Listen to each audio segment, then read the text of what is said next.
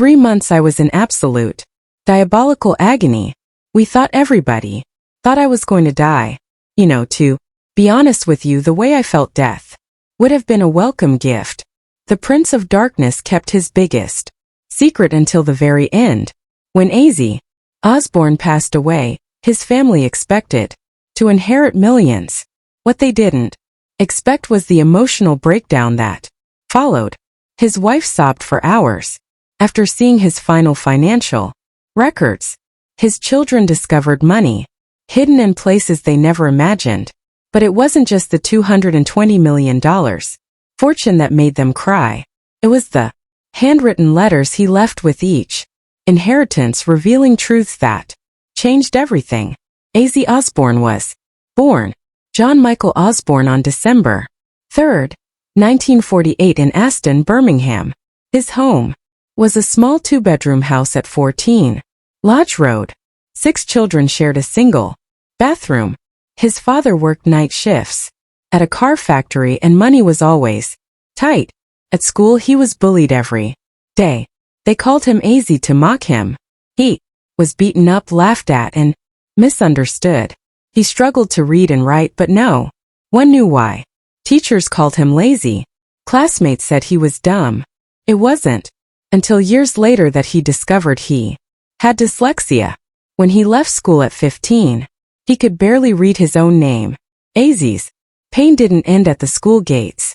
In his 2010 book, he revealed that boys in his neighborhood sexually abused him when he was just 11. He never spoke about it back then. The shame followed him into his teens. He battled depression and anxiety. Twice he tried to take his own life. Once he tried to hang himself, but the rafters snapped. Another time he swallowed a handful of pills and nearly died. Those moments never left him, but music gave him something to live for. It was his only escape. Before that escape became real, he worked odd jobs to survive. He was a horn tuner in a car factory. He emptied trash bins. He even worked in a slaughterhouse where the blood and smell haunted him for years. In 1965, desperate for cash, Ozzy and a friend tried to rob a shop. They stole clothes and a TV. He couldn't pay the fine, so he spent 6 weeks in Winston Green prison. His cell was so cold he saw water running down the walls in the morning. That experience shook him.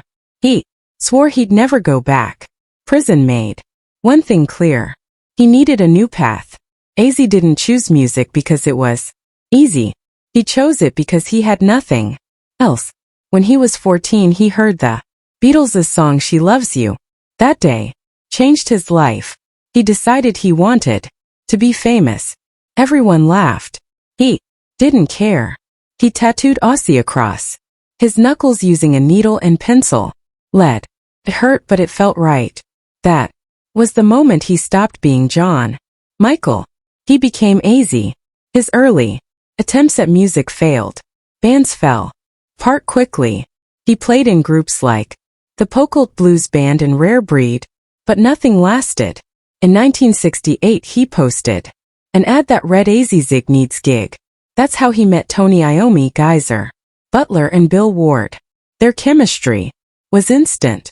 They named themselves Earth but changed it to Black Sabbath after a horror film that played near their rehearsal space.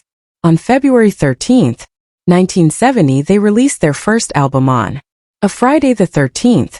It was raw, strange, and terrifying, and it changed music forever. The sound of Black Sabbath was born from pain. Tony Iommi had lost the tips of 2 fingers in a factory accident. Doctors told him to stop playing guitar. Instead, he made plastic fingertips from melted bottles and wrapped them in leather to play with. Less pain, he loosened his guitar strings. That low, heavy tone became their trademark. Sounded like fear, like the horror movies they loved. They wrote songs about war, madness, addiction, and evil, not to shock people, but because that's how life felt. Kids in Birmingham understood. Their world was dark. Sabbath gave them a voice. Their first album shocked Critics, they said it was just noise, but fans loved it. It reached number 8 on the UK chart and later went platinum. It was recorded almost live in just one day. The band had a show in Switzerland the next day, so they mixed quickly and left. The title track Black Sabbath was named the greatest heavy metal song of all time by Rolling Stone. A new genre was born from that one album. They didn't stop there. Paranoid, War Pigs and Iron Man came next. Paranoid was written in less than 30 minutes. Still reached number 4 on the UK chart. War Pigs was nearly the album's title, but the label changed it to avoid controversy. These songs weren't just about riffs. They captured the fear of the Vietnam War, corruption, and a world spinning out of control. The album sold millions. Paranoid alone sold over 1.7 million copies. In just a few months, Sabbath became prophets for a generation that felt lost. In 1979, Ozzy Osbourne was falling apart. His drug and alcohol use had gone from wild to dangerous. Even a band like Black Sabbath, known for their chaos, couldn't deal with him anymore. He would disappear for days, miss rehearsals, and sometimes perform so out of it that he didn't even remember being on stage. His behavior got so unpredictable and violent that no one around him could feel safe. That April, the band made a decision they'd been dreading. They fired him. Ozzy was too far gone. He later admitted he was so drunk and high that day he didn't even understand what had happened. After the firing, things got worse. Ozzy fell into a deep hole. He was suddenly broke. His marriage ended. He shut himself away in a cheap hotel room in Los Angeles for 3 months straight. He barely ate. He didn't clean. He drank constantly and took whatever drugs he could get. He didn't return calls, not even from his kids. Ozzy later said he truly believed